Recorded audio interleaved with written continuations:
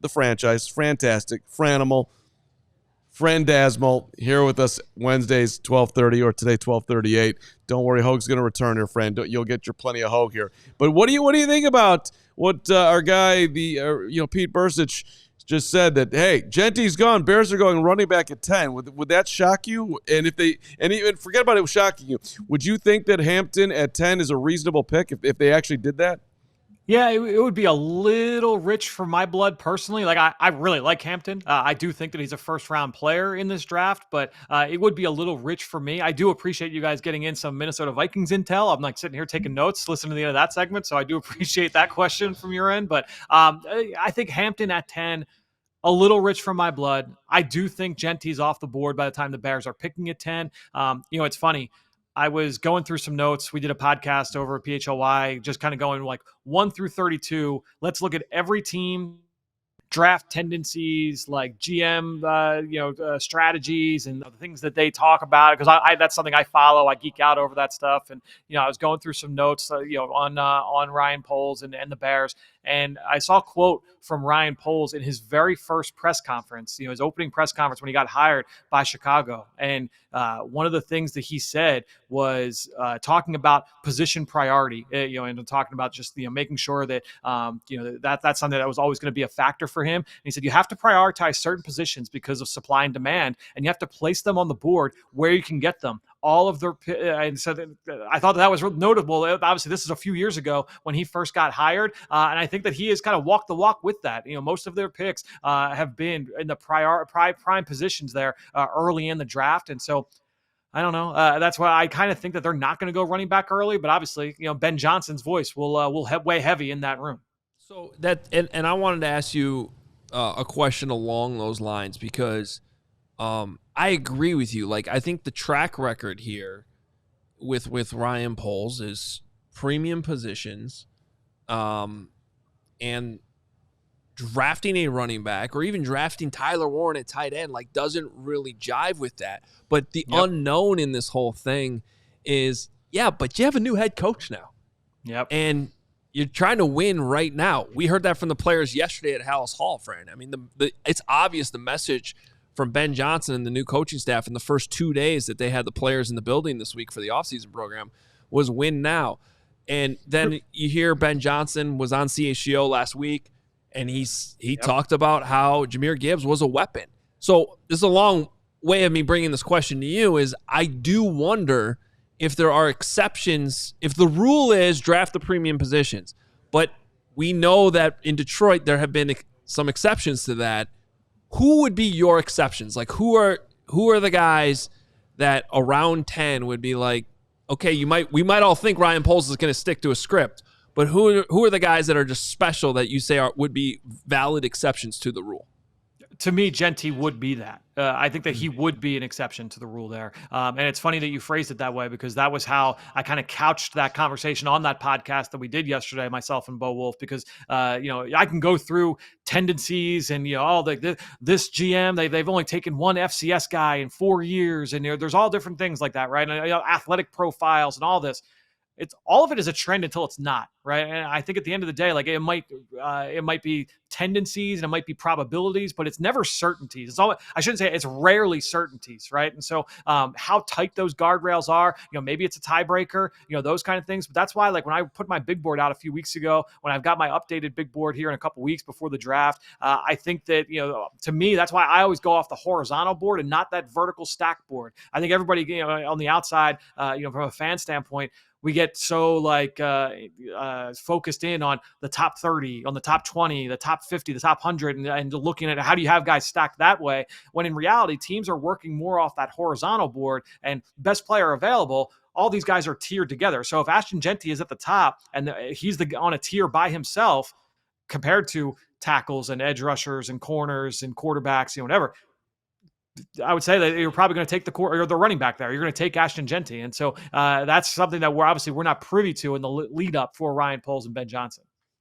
Well, you can always give up a first round pick next year, move up to number 3, and you can get Ashton Genty. So there you go. I know last week or the last couple weeks, we talked about some different wide receivers that have taking a top 30 visit. The Bears seem to be casting a wide net of different types of players they're bringing in.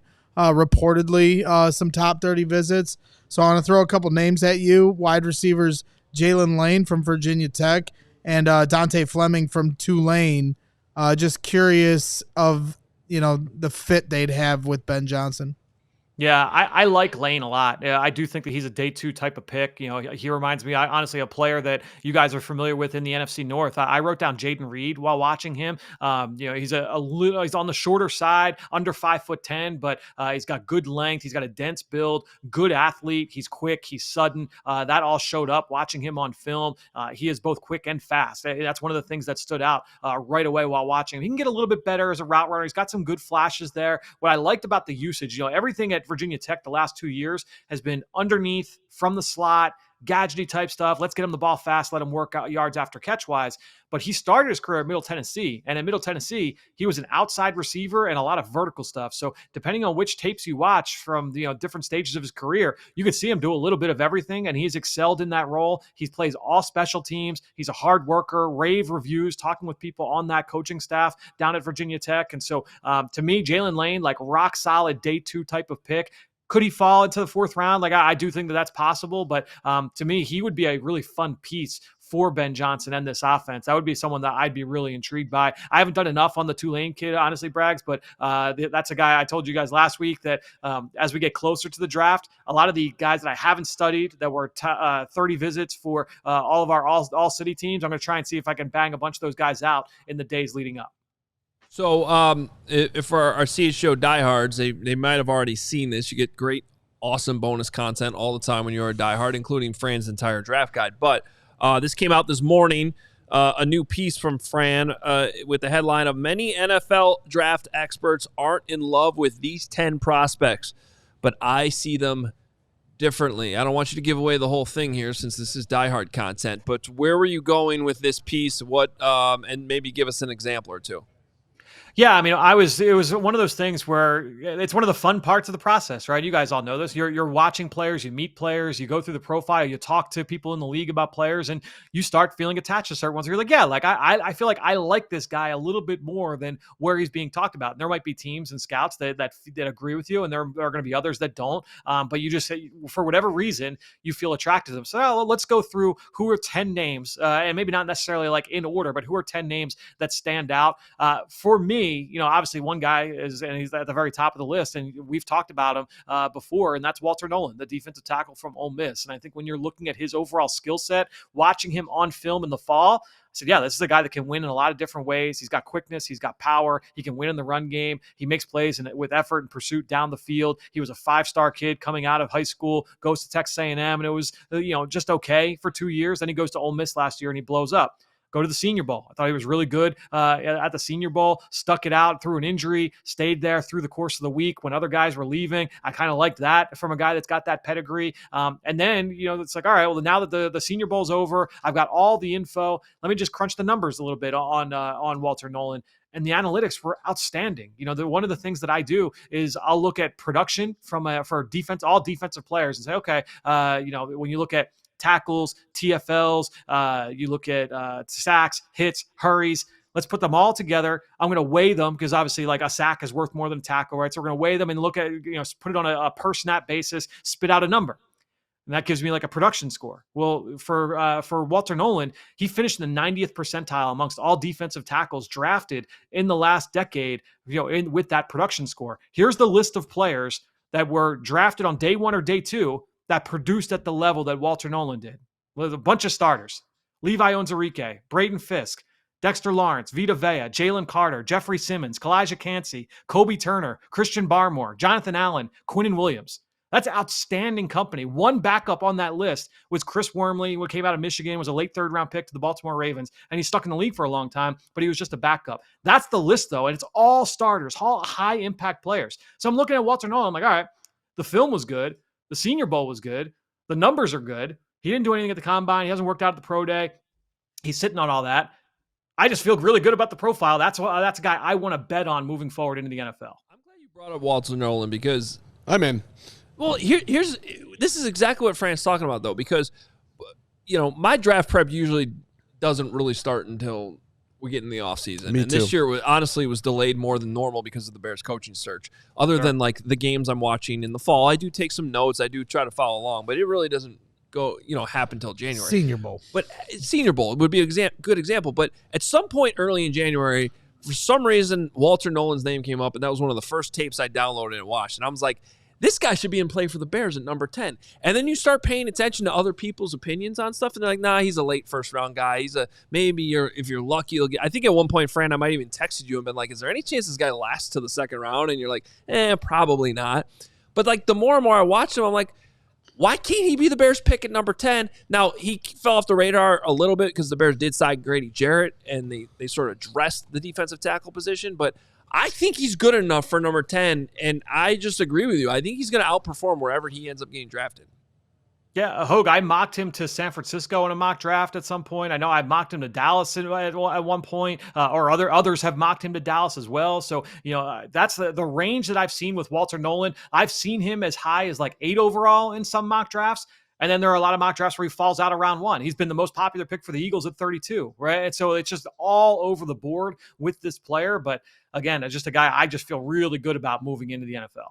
So speaking of mocks, we talked about this yesterday or the day before, I forget, but regardless, Genty's gone, Tyler Warren's gone, Will Campbell's gone. The Bears are on the clock at 10. What's Fran Duffy doing? Not to put you on the spot too much. I'll be drinking.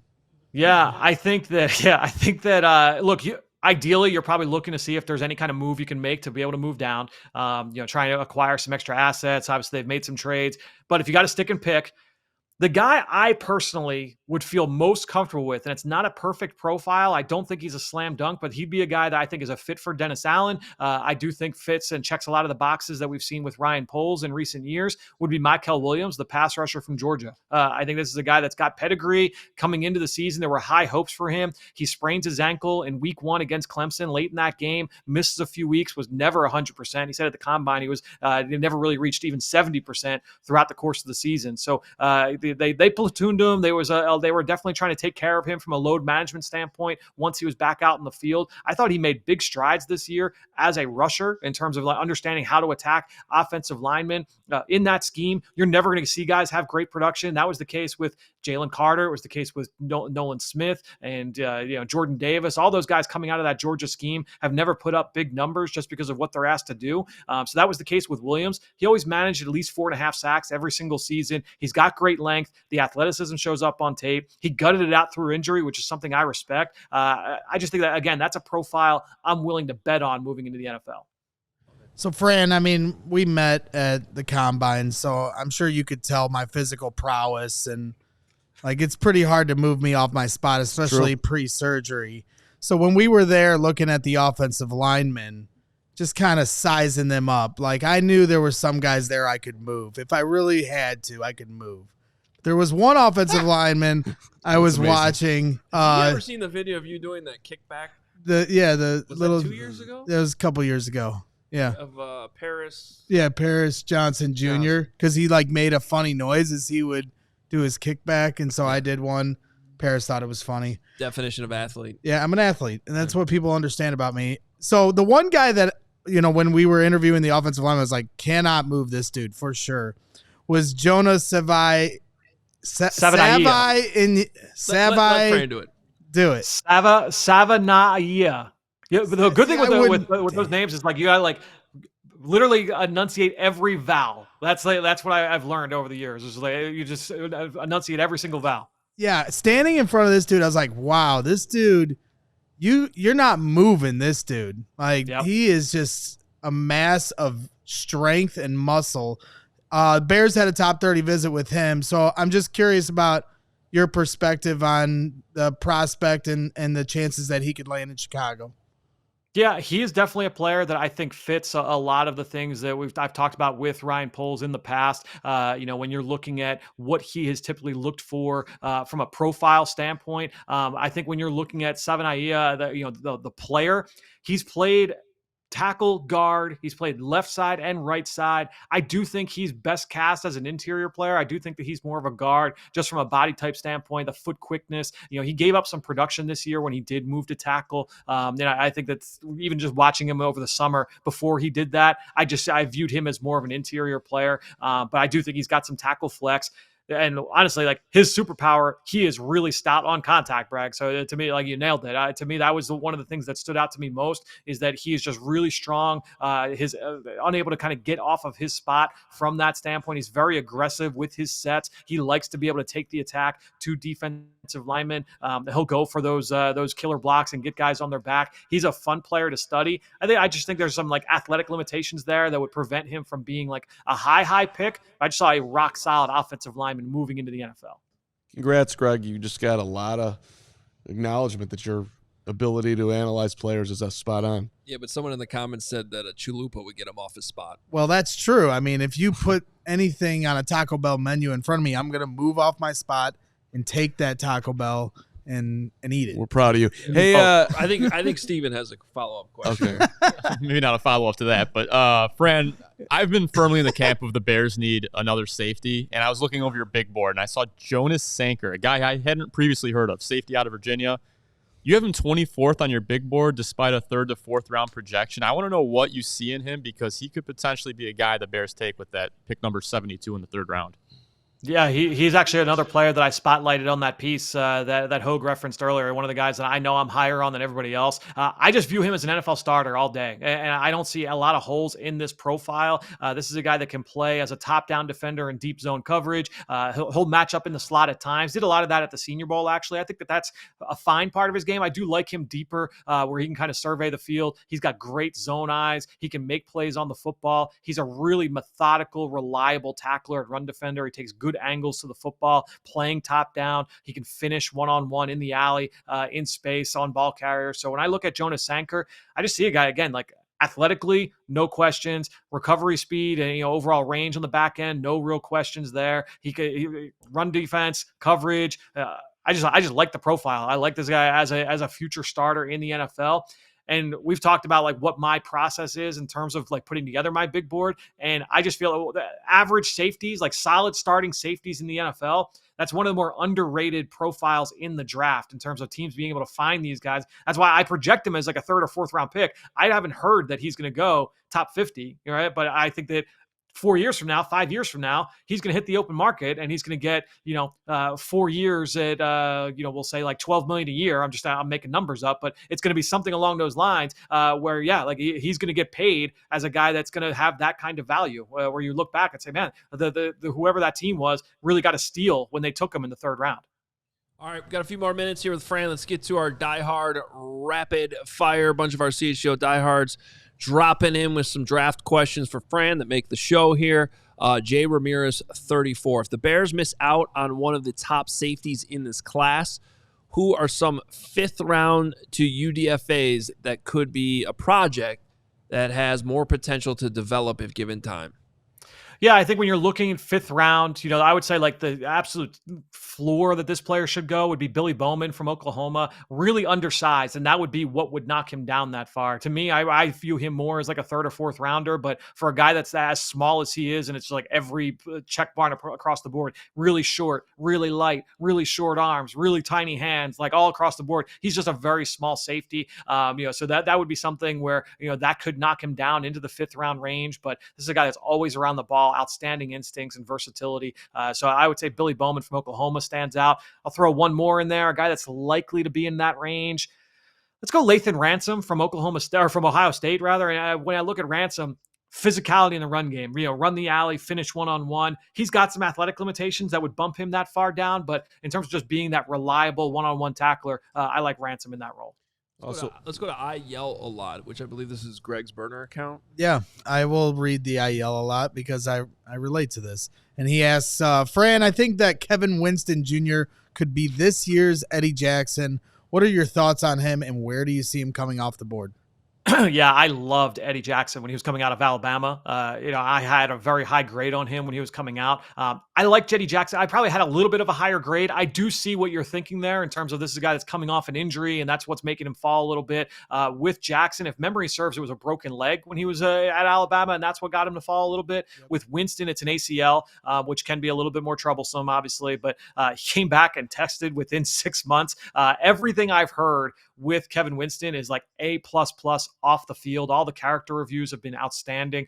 Talking with people at Penn State, and then also talking with scouts that have been through the building, talking with people that have worked with him over the course of the pre-draft process as well. And so I think when you're looking at Winston, A+ character, I like him more from a run defense standpoint than a coverage standpoint. With Jackson, he was a former corner in the SEC, started for Nick Saban at corner. And so he had probably more coverage chops than I think with Winston. I don't think he's a liability, but I think the upside was just a little bit higher there with Eddie Jackson. We got a kind of a double-barreled here from the diehards. And Austin, our guy, asked, consensus top 10 pick, but has the biggest bust potential of those consensus. Who you got? Yeah, for me, this would be Jalen Walker, the pass rusher, linebacker, do everything player from Georgia.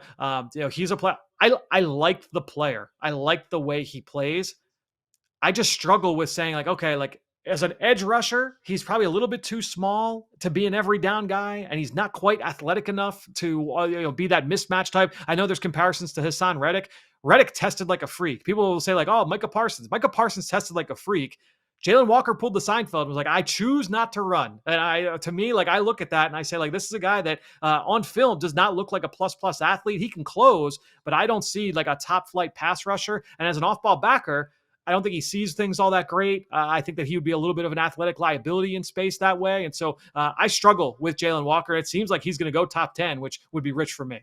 Yeah, and this is the diehard rapid fire as we're starting to close things up. Make sure you become a diehard at allchgo.com, and you're able to go into our Discord channel and get these questions off like you're seeing here on the show today. And then, of course, we have our draft party coming up on April 24th and 25th as well. Gary Ross, bouncing off that question, he asks, who is a surprise name Fran can see being taken in the top 10 that hasn't really been discussed at all? Yeah, this is a tougher one to answer just because there's been a lot of guys talked about going in the top 10. Let me go with a guy that was talked about in the top 10 coming into the season. And I was like, all right, that's probably a little bit rich. I don't know if I'm quite there. Now I'm like, all right, I actually think this guy does have a shot at going this high in the draft. And it's probably still a little rich for me, but people have kind of forgotten about him. And that's Michigan corner Will Johnson. I think when you're looking at Johnson, the injury cost him the majority of this year. And he was. This is a guy that play him in off coverage, let him read things out, jump throws, make plays on the ball. I don't think he's like that pure press man corner that everyone thought he was. Coming into the season, I never really saw that as the strength of his game. But if you want a guy that's going to lay in the weeds and kind of read things out again and kind of jump those throws from off coverage, I think that's your man. You look at the Raiders, if they don't take Ashton Genty, or if Genty goes 5 to Jacksonville or something like that, we have some kind of shocker that way. I think the Raiders could be in play. I think the Saints would make some sense for Will Johnson as well. And so that would be two teams I would keep an eye for the Michigan corner. Give you the Carm gem of the day. See what you think here, Fran. I know we got more rapid fire, but Carm's Fran's got to go here soon too. Okay, Fran's got to go. We got a couple minutes. Lay it on me, Carm. Mykel Williams used to work here, covers now for the Sun-Times. He also pops in here every now and then. He also played for two teams in college, not the same Mykel Williams, UNLV, Washington State. I like Yak. He's got Yak, perhaps a slot guy. What do you think? Late round pick, Mykel Williams, Bears. Yeah, I think he goes earlier than late rounds. I think that he's a square, round 3 type of wide receiver. I liked Mykel Williams on film. I thought he had a pretty good week at the Senior Bowl. I was this close to making him one of the practice players of the week down there. He kind of reminds me of Jahan Dotson, Zay Flowers. Both those guys were first round picks, and maybe that might have been a little rich for them. But he's undersized, but he's really quick feet. I like his release package. He can separate at the top of the route. He's got speed to work vertically down the field. He ran 4.4 flat in Indy. I think he showed that off there. Good after the catch. I like Mykel Williams. I think he's probably one of the more underrated players, honestly, in this class. So Well, you talked about did you hear Mike. that A+ I analysis heard it right there. You're very. Thank you. Your draft analysis is second I to watch YouTube and I find none. guys. Thank you. I yell a lot. Finishing things off here for the Die Hard Rapid Fire. We appreciate everybody chiming in and contributing here to the program. He's asking about a Dennis Allen fit. We've talked a lot about this the last few weeks. In the second or third round, identifying an edge defender that's a fit for the Dennis Allen scheme. Yeah, it's great names there. I mean, Landon Jackson certainly pops into mind in terms of like his length, his ability to push the pocket.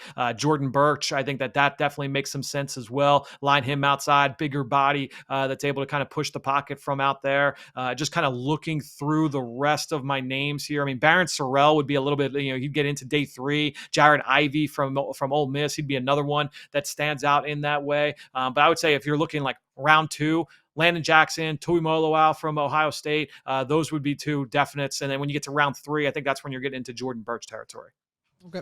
Fran, you're the best, man. Appreciate it. Appreciate it, guys. We'll talk next week. For dominance. See you guys. He's a Franimal. By the way, I like he's a Franiac. Trey Toon says, Franiac. do all draft experts just naturally talk very fast? Yeah, they do, because they have so much information they got to get out in a very small amount of time.